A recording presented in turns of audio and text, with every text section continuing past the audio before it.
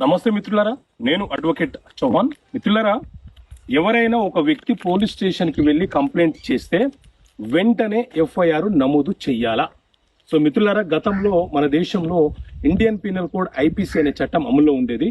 ఇప్పుడు ఆ చట్టానికి బదులుగా భారతీయ న్యాయ సంహిత బిఎన్ఎస్ అనే చట్టం అమలులోకి వచ్చింది.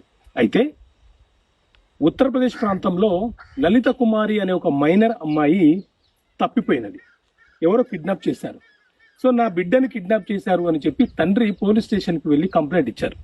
అయినా కూడా పోలీసులు పట్టించుకోకుండా, ఇన్వెస్టిగేషన్ చేయకుండా నిర్లక్ష్యం వహించినారు.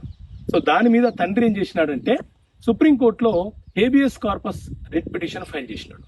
సో దీని మీద విచారణ చేసినటువంటి సుప్రీంకోర్టు ఎవరైనా సరే పోలీస్ స్టేషన్కి వచ్చి కంప్లైంట్ చేస్తే ముందు వెంటనే ఎఫ్ఐఆర్ నమోదు చేసి విచారణ చేపట్టి ఇన్వెస్టిగేషన్ చేయాలి అని చెప్పి కీలకమైనటువంటి తీర్పునిచ్చింది.